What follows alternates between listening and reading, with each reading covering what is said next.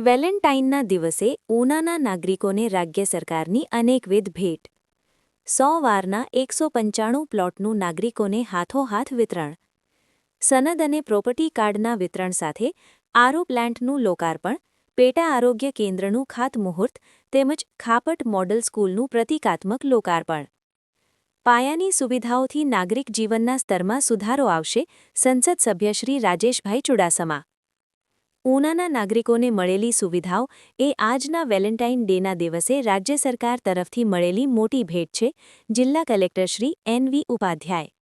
સામાન્ય રીતે વેલેન્ટાઇનના દિવસે પ્રિયજનો એકબીજાને મનગમતી ભેટ કે ગિફ્ટ આપતા હોય છે તે જ રીતે ઉના તાલુકાના નાગરિકો પ્રત્યે સ્નેહ અને અનુરાગ દર્શાવીને રાજ્ય સરકાર તરફથી અનેક વિકાસ કામોની ભેટ મળી હતી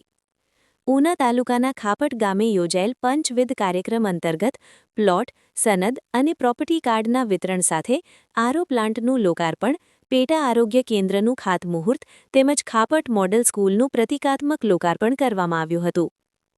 આ અવસરે સંસદ સભ્ય શ્રી રાજેશભાઈ ચુડાસમાએ જણાવ્યું હતું કે રાજ્ય સરકાર દ્વારા છેવાડાના ગામ સુધી તમામ સુવિધાઓ પ્રાપ્ત થાય તે માટે હરહંમેશ પ્રયત્ન કરવામાં આવ્યો છે આજે ઉના તાલુકાના ગામોને પ્રાપ્ત થઈ સુવિધાઓથી આ ગામની પાયાની સુવિધાઓમાં મોટો સુધારો આવશે અને નાગરિક જીવન વધુ સરળ બનશે